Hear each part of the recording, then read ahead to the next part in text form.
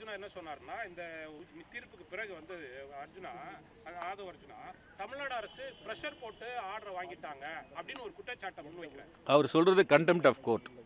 ஆதவ் அர்ஜுனா அப்படி சொல்லியிருந்தா அது நீதிமன்ற அவமதிப்பாகும். அவர் எப்படி ஹைகோர்ட்டை வந்து கவர்மெண்ட் ப்ரெஷர் போட்டது என்று சொல்ல முடியும்? அப்படி சொன்னால் ரொம்ப தவறானது. இந்த மாதிரி ஒரு வாதங்கள் வந்து எடுத்து வைக்கக்கூடாது. அரசு அதிலே பாருங்கள், அந்த வழக்கில் அந்த உத்தரவில் நீதியரசர் செந்தில்குமார் அவர் வந்து ஸ்டேட் கவர்மெண்ட்டுடைய இன்வெஸ்டிகேஷனை அவருக்கு வந்து உடன்பாடு இல்லாமல் இருக்கும்போது அவர் ஸ்பெஷல் இன்வெஸ்டிகேஷன் டீம் போடுறாரு. அவர் தான் வந்து ஆஃபீஸர்ஸை ட்ரா பண்ணுறாங்க, அஷ்ரா கார்க் உள்பட.